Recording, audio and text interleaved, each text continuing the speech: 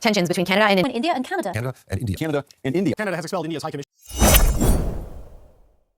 मैं भारत को मुबारकबाद देना चाहूंगा कि जस्टिन ट्रूडो ने जाते जाते कनाडा के अंदर खालिस्तान का ऐलान किया।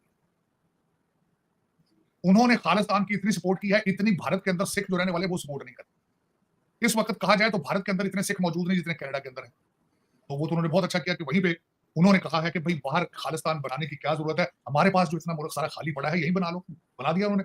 6 भारत के उन्होंने जो इंक्लूडिंग जो भारतीय हाई कमीशन थे जय कुमार, उनको भी कह दिया कि ये जी क्रिमिनल एक्टिविटीज में वाले 6 डिप्लोमेट्स को निकाल दिया वहां से कनाडा से। अब 6 को इंडिया से निकाला जा रहा है। और ऊपर से ऐसा है कि एक पांव इस वक्त अगर देखा जाए तो जयशंकर साहब का एक पांव हुकूमत से बाहर है, एक हुकूमत के अंदर है, क्योंकि बड़ी मुश्किल से वो वोट ऑफ नो कॉन्फिडेंस में सर्वाइव किया है अभी 2 हफ्ते। एक ऐसा बंदा जिसको मुल्क के अंदर से वोट ऑफ कॉन्फिडेंस हासिल नहीं है, वो दुनिया की 5वीं बड़ी इकॉनमी से टक्कर लेने के लिए उसने युद्ध का ऐलान कर दिया। अब आगे देखें। एक तो उन्होंने कहा जी कि हमने 6 ये जो क्रिमिनल एक्टिविटीज में इन्वॉल्व थे, संजय कुमार वर्मा उनका नाम है, एक तो उनको हाई कमीशन उनको भी जाने के लिए कह दिया, निकलने के लिए। ऊपर से मजाक कर दिया, कहते हैं हम इंडिया के ऊपर इकोनॉमिक सैंक्शंस लगाएंगे।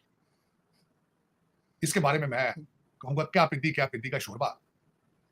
आपकी इकॉनमी दुनिया की 10वीं इकॉनमी है, उनकी इकॉनमी दुनिया की 5वीं इकॉनमी है। आपकी इकॉनमी $2.2 ट्रिलियन की है, उनकी इकॉनमी जो है वो $3.9 ट्रिलियन इकॉनमी है। आप किस तरह सैंक्शंस उन पर लगा सकते हैं? होमवर्क ही कर लेते, किसी बच्चे से कैलकुलेटर मांग लेते भाई कि यार मैं क्या बात कर रहा हूं। फिर उसके बाद उन्होंने जी हमेशा भारत की गवर्नमेंट जो है वो पुलिस उनसे प्रूफ मांगती रही है, प्रूफ नहीं दे पाए। पुलिस कॉन्फ्रेंस की जिसमें 4 बंदे बैठे थे, कोई जवाब नहीं दे पाए पूरा उससे। फिर उनकी जो एक मिनिस्टर है खातून वहां से, उन्होंने जो 5 आई कंट्रीज हैं उनसे सपोर्ट की अपील की। वो कौन कौन से हैं? अमेरिका है, न्यूजीलैंड है, यूके है, इस तरह के। किसी ने उनका हाथ नहीं पकड़ा, किसी ने भारत से अपने रिलेशनशिप खराब करने का अंदिया नहीं दिया। न्यूजीलैंड ने तो यहां तक कह दिया है प्रूफ होंगे तो हम इसके बारे में सोचेंगे, प्रूफ इनके पास नहीं। चले अब उसके बाद इन्होंने अमेरिका से अपील की कि आप हमारी मदद करें। वो कैसे मदद करें? 3 अटैक हो चुके हैं, असैसिनेशन अटेम्प्ट हो चुकी है डोनाल्ड ट्रंप पे, जो सदर रह चुका है और जिसने आगे सदर बनना है, उसके ऊपर 3 अटैक हो चुके हैं। वो उसको बचाने की सलाहियत नहीं रखते, तो आपको क्या सपोर्ट दें, क्या करेंगे आपके साथ? दूसरा, जस्टिन ट्रूडो साहब को मैंने देखा है 2-4 दिनों के अंदर स्पीचें उनकी बार-बार उन्होंने ह्यूमन राइट्स की बात की, उन्होंने फ्रीडम ऑफ स्पीच की बात करते हैं और पता नहीं इनको कोई शर्म भी किसी को नहीं आती। 45,000 औरतें और बच्चे मारे जा चुके हैं गाजा में। वहां ह्यूमन राइट्स कहां है? Government-sponsored assassinations aren't all that uncommon. The United States does it, usually with drones. The United States successfully concluded an airstrike to kill the emir of Al-Qaeda. Russia does it in the most madcap ways they can think of. He was poisoned by a major dose of a radioactive substance called polonium-210. North Korea does it, Saudi Arabia does it, Israel and Iran do it, often to each other. Their asks of us was, well, how much do you know? Give us the evidence you have on this. And our response was, well, it's within your security agencies. You should be looking into how much they know. You should be engaging us. No, tell us what you know. Show us the evidence. And at that point, it was primarily intelligence, not hard evidentiary proof.